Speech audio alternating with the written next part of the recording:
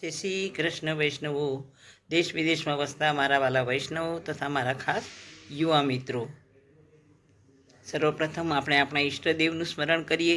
શ્રી કૃષ્ણાય નમઃ, શ્રી ગોપીજન વલ્લભાય નમઃ, શ્રી આચરણ ચરણ કમલેભ્યો નમઃ, શ્રી ગુસાઈજી પરમ દયાલવે નમઃ, શ્રી યમુના મહારાણ્યય નમઃ. હવે વૈષ્ણવો, આપણું છે ગિરિરાજ ધાર્યાષ્ટકમ ચાલુ છે. તેમાંનો આજે આપણે જોઈશું ત્રીજો અને ચોથો શ્લોક. વેણુ સ્વનાનંદિત પન્નગારી રસાતલા નૃત્ય પદ પ્રચારી ક્રીડન વયસ્યાકૃતિ દૈત્ય મારી મમ પ્રભુ શ્રી ગિરિરાજધારી. હવે વેણુ સ્વના, વેણુ એટલે બાંસુરી, વાંસળી જે વગાડે એ, સ્વના એટલે અવાજ. વેણુના અવાજથી આનંદિત કરનારા કોણે? પન્નગારી, મોર.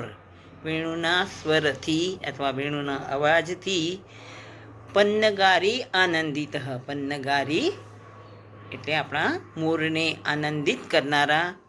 રસાતલા નૃત્ય પદ પ્રચારી, અને જ્યારે પોતે વેણુ વગાડતા તો રસાતલ એટલે પૃથ્વીનો નીચેનો એકદમ તળભાગ જેને કહેવાય એને રસાતલ, તો એ રસાતળ સુધી નૃત્ય પદ પ્રચારી, નૃત્ય કરતાં કરતાં એમના પગ પણ પહોંચી જતા. એ પગને પદ એટલે પગ, પ્રસારનારી, પ્રસાર કરનારા, પ્રસારનારા. રસાતળ સુધી નૃત્યના પદને પ્રસારનારા, પ્રસાર કરનારા, પસરવનારા.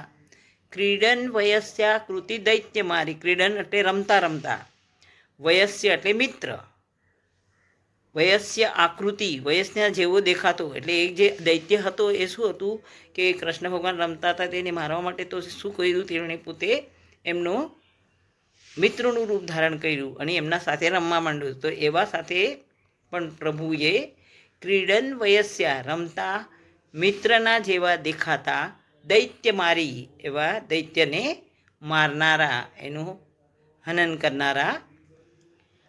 દૈત્ય મારી મમ પ્રભુ શ્રી ગિરિરાજધારી, મારા પ્રભુ છે એ શ્રી ગિરિરાજધારી જ છે. ગિરિરાજધારી એટલે શ્રી કૃષ્ણ ગિરિરાજધારી, અને ગિરિરાજધારી કહે છે ગોવર્ધનધારી, ગિરિરાજધારી પર્વત. ગિરિરાજ એટલે પર્વત, ગિરિ એટલે પર્વત.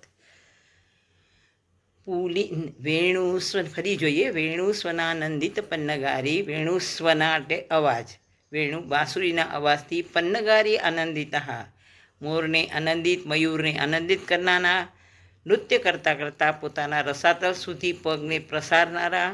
ક્રીડન વયસ્ય આકૃતિ દૈત્ય મારી, અને રમતા રમતા વયસ્ય જેવા, વયસ્ય એટલે મિત્રતા, મિત્ર જેવા દેખાતા દૈત્ય મારી, દૈત્યને હનન કરનારા, દૈત્યને મારનારા. મમ પ્રભુ એટલે શું હતું? વ્યોમાસુર અને પ્રલંબ જે રાક્ષસ હતો એનું હનન કરનારા. મમ પ્રભુ શ્રી ગિરિરાજધારી, એવા મારા પ્રભુ શ્રી ગિરિરાજધારી છે. ગિરિરાજધારી એટલે શ્રી કૃષ્ણ છે. આગળનો શ્લોક ચોથો.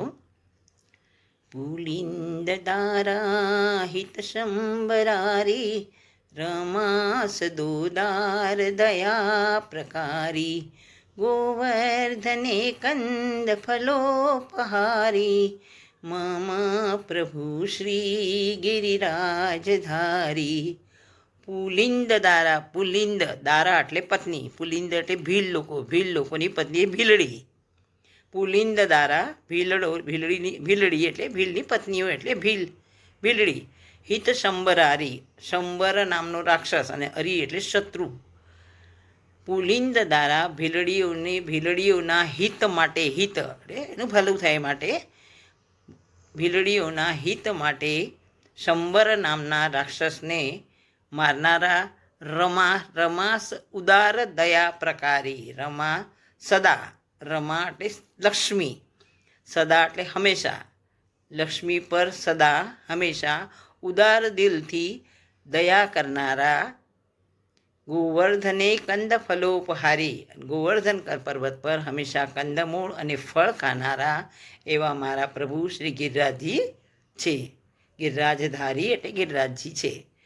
પુલિંદ દારા, પુલિંદ દારા એટલે ભીલની પત્નીઓ એટલે ભીલડી, ભીલડીના હિત માટે શંબર નામના રાક્ષસને મારનારા, રમા એટલે લક્ષ્મી, સદા એટલે હંમેશા, ઉદાર એટલે ઉદાર દિલથી દયા પ્રકારી, લક્ષ્મી પર સદા હંમેશા ઉદાર દિલથી દયા કરનારા, ગોવર્ધને કંદ ફલોપહારી, ગોવર્ધન પર્વત પર કંદ અને ફળમૂળ, કંદમૂળ અને ફળ ખાનારા એવા અમારા શ્રી મમ પ્રભુ, એવા મારા પ્રભુ શ્રી ગિરિરાજજી છે. જય શ્રી કૃષ્ણ વૈષ્ણવ. અહીંયા આપણા 4 શ્લોક પૂર્ણ થયેલ છે.